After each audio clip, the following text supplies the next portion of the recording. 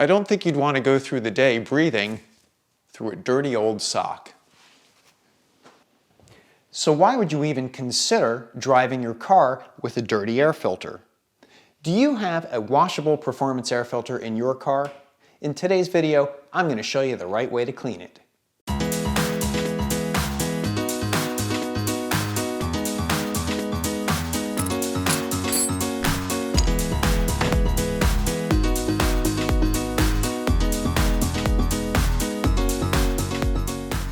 If you're new to performance air filters, the idea behind them is simple. More surface area and more air flow allow your car to suck in more air. If your car is breathing more and breathing faster, it will be more efficient at turning fuel into power. A performance cold air intake and filter like this replaces the factory intake and paper filter. The factory intake is generally more restrictive and favors miles per gallon economy over performance. A cold air intake gives you a larger filter and an unrestricted air path, and in the case of this Mustang, brings in fresh cold air from the front of the car. Since this new filter is barely used, my 2008 V6 Honda Accord has graciously agreed to be the model for this video. Before we get started, there's two things to note. If you have a washable foam or disposable paper filter, then this cleaning process is not for you. There are, however, cleaners available specifically for foam air filters. Second, we're going to be using the K&N air cleaning kit on a K&N air filter, but the same kit can be used to clean any brand reusable cloth air filter.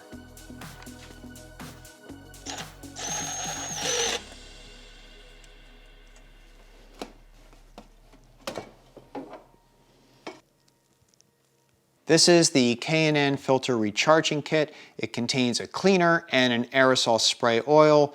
My package is a little bit older, so it's going to look different than if you were to buy this today.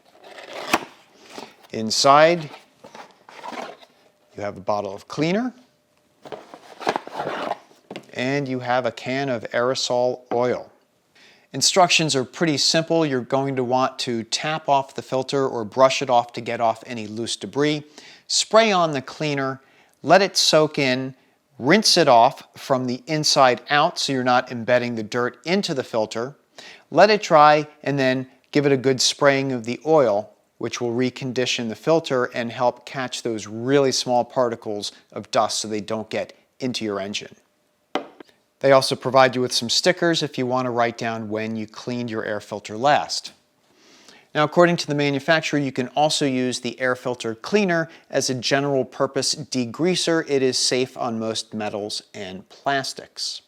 Now, this is a cleanser and it may be harmful if swallowed, and it could cause an irritation if it comes into contact with skin or eyes. So I'm going to wear gloves for this cleanup. The manufacturer said it is safe to rinse this down the drain. Since this is a chemical, if you're going to use a hose and rinse off your filter outside, make sure you do it in a place where it won't affect any animals or little critters, including humans. First thing you want to do is look at the filter, and if there's any fuzzies or anything large, just pick it out, give it a cleaning, and then I'm going to use a bristle brush and just roughly knock out any loose dirt that might be in this filter.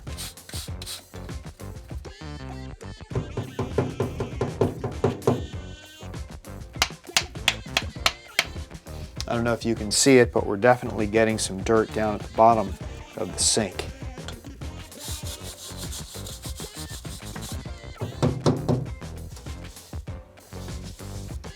So even though it didn't look very dirty, we do have a selection of dirt and maybe little seeds that fell out of the filter. I always wanted to do that on film. We'll take our cleaner and we want to start saturating our filter. And I should probably we'll start right here on the seam so we know how far we went.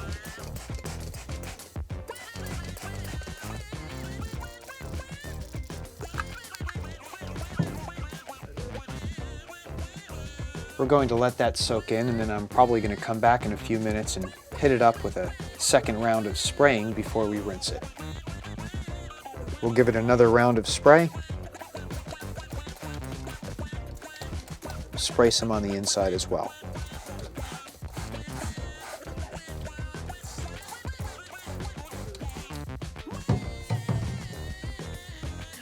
All right, and that is good and saturated. And I'm going to let this sit for about 10 minutes. It's okay to let sit, but you don't want to let it dry out.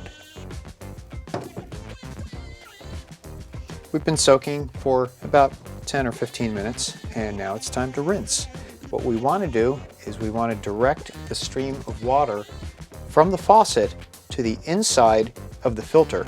So you want to make sure that the water is going from the inside of the filter to the out, and that's the reverse direction that the air flows. We're going to set this to lukewarm to warm and give it a good rinsing.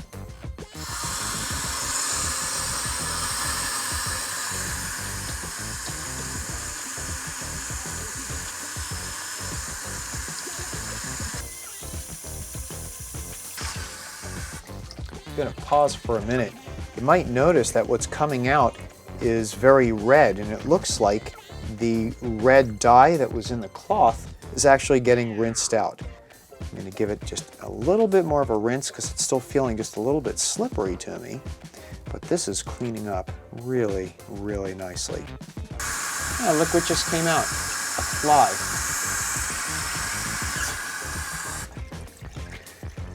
Now, if this was super dirty, I could do another cleaning cycle, another application of the cleanser, another rinse, but right now I'm thinking this is looking really, really good. So we're going to set this aside to dry. It needs to be thoroughly dry before we apply the oil, and then we can reinstall it in the car. A note about drying, you are not supposed to use hair dryers or heat guns on this. You can set it out in your driveway and let the sun dry it, or in my case, I'm just going to leave it on the bench overnight and hope that it evaporates. You always want to make sure that any cloth filter that you're running that is designed to be oiled, you do not want to run it dry. So when you do this project, make sure that you don't need to use your car because you don't want to use it without the air filter, and you don't want to be running this without it being oiled. Here's a quick tip. I've put this filter aside to dry, and I noticed that the fabric is weeping a lot of water. So if you put this aside to dry, especially if you do it indoors, make sure that you put it in something to catch those drips. It's the next day, and my filter was still a little damp, so I put it on the heat register, which isn't hot enough to do any harm. When it was fully dry, I was curious how clean we got the filter, so I put a little LED task light in it. It looked great, except there were a couple of bugs deep in the pleats. Being somewhat OCD, I used the long hair brush attachment on my vacuum to finish the job. Time to spray the oil. If you're doing this indoors, you'll want something disposable to catch the overspray. I'm also running an air cleaner because I don't want to breathe the oil mist. You can see where the oil is applied because it's dyed red. I'm also using the seam as an index to see where I start and stop. Use even strokes, and don't worry at this point if you miss a spot because the cloth will wick up and spread the oil. You can always apply more in a second pass. After 15 minutes, I still see light parts of the cloth, so I'm giving the filter a quick second application of oil. If you overdo it, you're just wasting oil and making a mess. Here you can see that the oil is even throughout the filter. You'll want to take a few minutes to thoroughly wipe the excess oil off the filter so it doesn't make a mess of you when you reinstall it and doesn't attract dirt over time. The hard part is done. Now all we have to do is reinstall the air filter.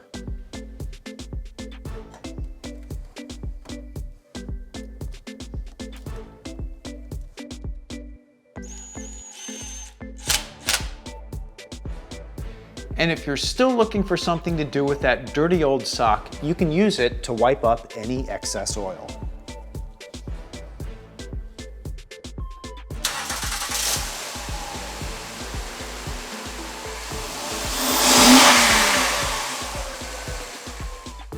that's all there is to it. That really wasn't very hard. I hope you found this information helpful. If you liked the video, please give it a big thumbs up.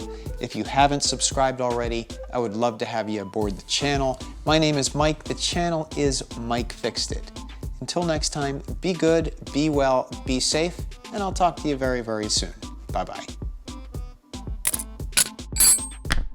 I fixed it.